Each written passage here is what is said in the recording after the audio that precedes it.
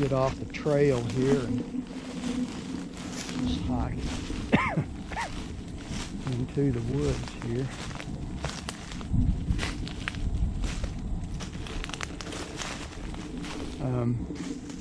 Another thing I want to talk just a little bit about is a pretty popular subject, and that's tree structures. What do I think of tree structures? Well, if you've followed me for very long, you know what I think about that, but I'll elaborate. Basically, it's like this. If I find something in the woods that's odd, say an X or something like that, I'm recording, and it could have happened naturally, I don't give that any regard. If I'm in the woods and I find like X patterns or something like that with the trees and stuff, if it's something that a person could have done, unless there are Bigfoot footprints around said structure, I pretty much write it off, because there's a lot of things attributed to Sasquatch tree structures that I think it's very obvious, at least to me, that a person did, especially if it's an area that people frequent a lot. Now, that being said, do I think there are tree structures, or tree markings is what I would call them, that are could be made by a Sasquatch to mark his territory, to show a place that they traverse often, or so forth? Well, yeah, I imagine there probably is. But let's go and look at it historically a little bit. Historically,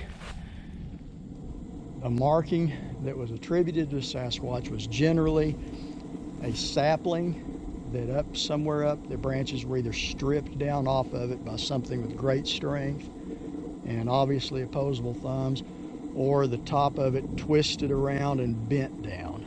Now, that I have seen before on a couple of 2 or 3 occasions. Most recent was at Mark Copeland's house, and it was actually a branch on a hickory nut tree about 7 foot off the ground. The diameter of the branch was about like so, and it had been twisted around and then bent straight down toward the ground. That was not caused by weather. A person would not have the strength to do that, and it was along a trail where I found footprints that I can only attribute to a Sasquatch, and in the area where these creatures were approaching his house. So that one I attributed to the Sasquatch. On another occasion, and this was in the area that